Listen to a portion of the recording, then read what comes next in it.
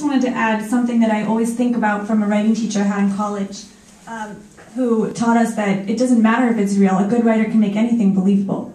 And I think that's true. So it doesn't matter so much whether it's based completely in research and reality or in your own imagination, as long as you can tell a good story.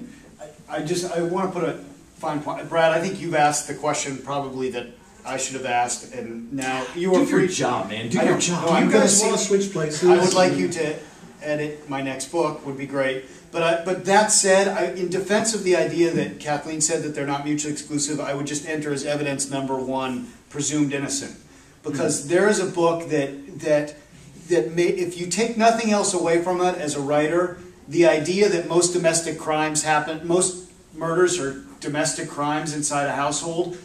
You should have known the killer all along, and he built incredible tension and accelerated a book that never had to bring us into the very fantastical world of the serial killer or the child kidnapper, which happens so much less frequently than you might believe watching, you know, the nightly news right after the fact that your microwave will kill you.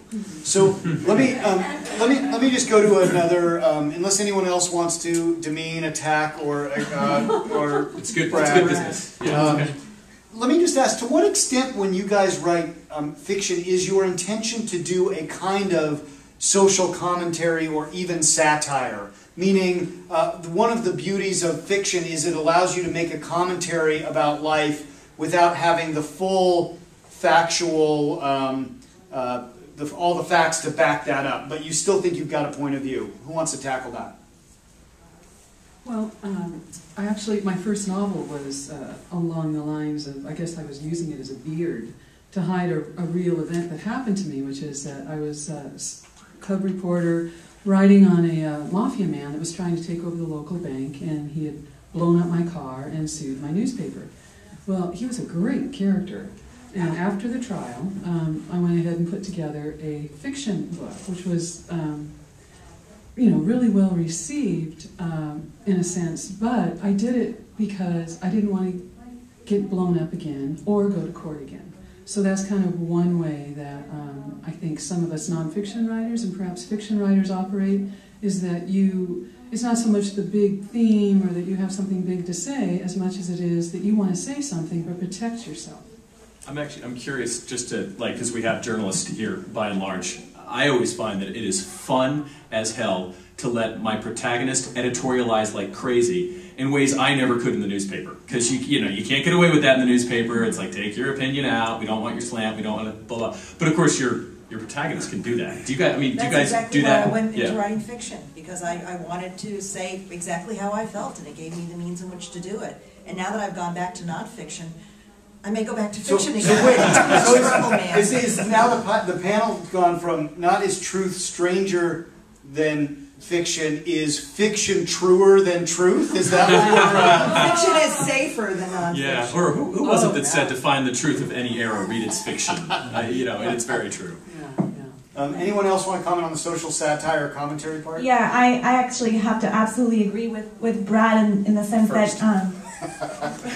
for the first time maybe, writing that piece for the newspaper about Bush's veto, having to write a completely fair and balanced article, really enraged me, and I went home and felt totally unsatisfied, and then I hadn't expressed myself at all, and that's actually why I wrote the book. And I do actually, now reflecting on this, I think that literature may be a better way to reach people and to convey a solid social theme, because it's showing the drama involved in the characters and the emotion can actually inspire, I think, more thought and more reflection than just writing an op-ed. Well, if I could just quickly interject, sometimes you're lucky enough as a nonfiction writer to find a character that actually will expound on these themes. Say the things. And so that's like wonderful, and of course you bounce it off of them, but that's a gift every now and then too. Douglas, you were to say? Well, I was just going to relate a story that usually my novels don't have, I try to avoid the big social commentary or themes. I'm trying to tell a really fun story, but at one point I got really pissed off about the influence of fundamentalist Christians in our political process. They're meddling as I saw it. So I wrote a novel called Blasphemy, which just absolutely raked the fundamentalist Christians over the coals. wondering what was going to happen, and oh my God, I think I got 3,000 emails from people saying I'm going to hell. So, but it was very. No, he went to Thrillerfest instead. I'm not in hell. I'm sorry. Have you been outside today? But I have to say, it was so satisfying that now I'm rethinking my idea that I'm not going to really get into social commentaries. And I'm writing another thriller, which is going to have a lot of social commentary in it, and I hope to be satisfied again. Are you ripping the Christians again? Because if there's a thunderstorm later on, remind me to stay away from you just a little bit. I want to ask one more question, then I want to open it up to you guys.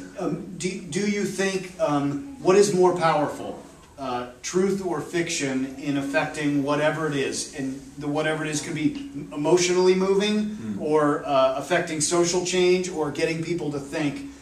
To you guys, what is the more powerful medium? I don't think it's an absolute thing. I don't think we can say that in every situation with every story that the fiction or the reality is what dictates whether it's more powerful.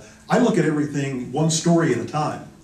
And there are things that I'm working on now from the historical standpoint that have just blown me away as far as things that I didn't know about and have learned, and that are incredibly powerful and affecting. But I don't know if those will be the most powerful parts of the book or not, or if the fiction that I implant in that reality is what will actually touch people the most. And it comes down to every person who reads it is going to be touched in a different way. That's that relationship we have with the reader. And I think you have to take it one case at a time. I think you can really emotionally affect people with fiction, very much so. People love a good story, they will react emotionally, and they'll say, thank God that's fiction. And when you write really good, strong nonfiction, I think it really, really gets people to think. They realize this isn't something you've made up. And I think you can have a huge effect on people with good nonfiction. Just thinking back to things like The Jungle, The Invisible Man, I mean, go down the list.